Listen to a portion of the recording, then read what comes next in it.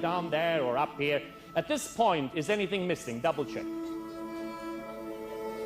No, okay, then you can put that back in your pocket, sir, and be careful on the way down. All right, thank you very much, sir. Enjoy. All right, now. On the side, sir. Come back. Okay, now.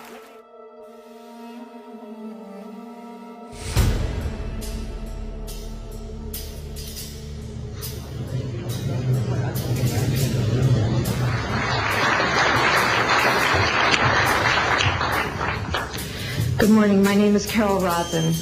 In 1974, after being a sixth grade school teacher, I was introduced to the late Dr. Wernher von Braun, in the U.S., the father of rocketry. In my first meeting with him, during that first 3.5 hours, he said to me, Carol, you will stop the weaponization of space. And I said, teachers don't stop until June. He said, no, you have to understand, this is February. And we have to prevent the weaponization of space because there is a lie being told to everyone that the weaponization of space is now first being based upon the evil empire, the Russians. There are many enemies, he said, against whom we're going to build this space-based weapon system. The first of whom was the Russians, which was existing at that time. Then there would be terrorists.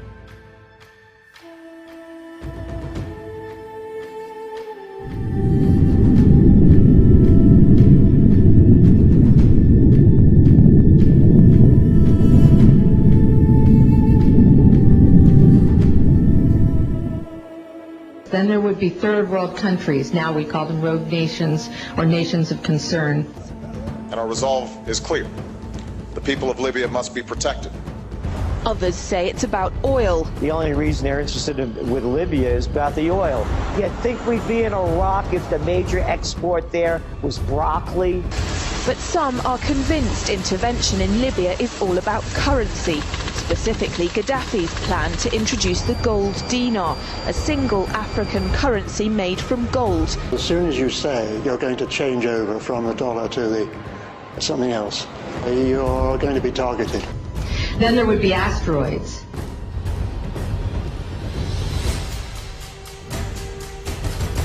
You know, we in NASA, we're an incredibly unique organization. We're the only agency in the federal government that's responsible for the safety and well-being of people, not only here on Earth, but off this planet. So you've got an object connected to Alanine through a series of 19.5 linkages. Like Alanine was artificial, it's looking to our analysis now that YU55 is artificial, and that leaves wide open the possibility that it can do a lot of things besides just peacefully fly by. And the model said that one possible reason to change the trajectory would be to slightly alter the course, the orbit of YU55, so instead of flying through the Earth-Moon system and leaving, in fact, it might impact either the Earth and or the Moon. And then he would repeat to me over and over, and the last card would be the extraterrestrial threat. Are there any Anunnaki either here physically on Earth or communicating telepathically with anyone here?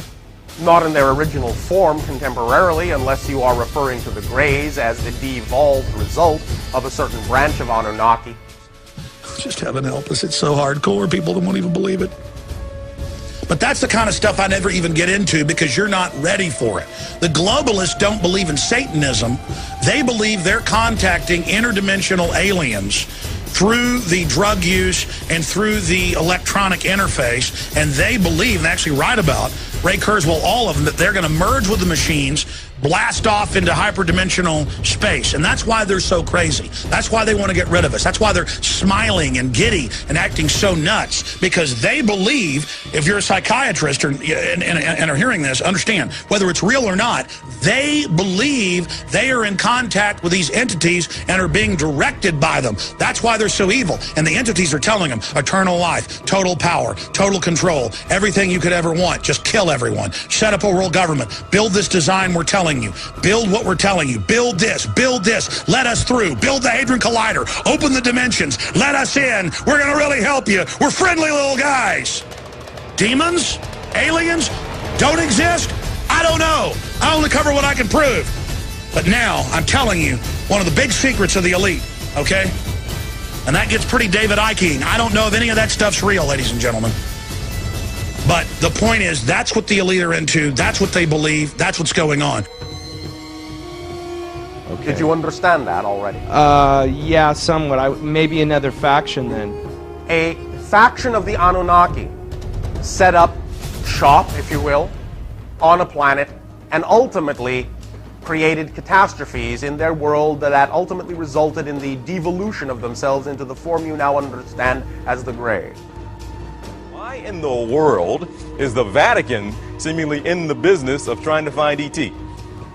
Yeah, it sounds like a stretch, doesn't it, TJ? Yeah. Well, the Vatican got interested in astronomy because they had to keep the calendar, and you need astronomers to do that. And actually, for the last 100 years, there have been Jesuit priests doing research astronomy. So they have a tradition of being interested in astronomy. Did the Vatican find alien life? You know what? As sensationalistic as that question sounds, it's really not that far off from what we've seen in the news over these last days. The pictures of what might have been Pope Benedict standing on the roof of the Sistine Chapel looking for UFOs. That's the type of images that this news conjures up. An incredible story coming out of the Vatican. Listen to this. The senior Vatican scientist said that he would be delighted if we encountered intelligent aliens and would be happy to baptize them. The Nazis came to power in January of 1933. On July the 20th of 1933, the Vatican would sign a concordat with the Nazis. Why would the Catholic Church do this? Because the goals of Hitler and the Nazi regime matched the Vatican's own desire for world political power. Now the United Nations is getting ready for a contact with aliens from outer space. This is Moslin Othman. She's out of Malaysia. She will be planet Earth's first interstellar diplomat. In light of the economic crisis, the Vatican released a proposal to tackle the world's financial market. The document titled Reforming the International Financial System was presented at the Vatican press office. The document says the market needs a so-called global public authority that can make sure all players are following the rules of the game. Pope Benedict XVI is calling for a new world financial order. In the third encyclical of his pontificate, Benedict denounced the profit-at-all-cost mentality of the globalized economy, and he lamented that greed brought about the worst economic downturn since the Great Depression. Perhaps we need some outside universal threat. I occasionally think how quickly our differences worldwide would vanish if we were facing an alien threat from outside this world.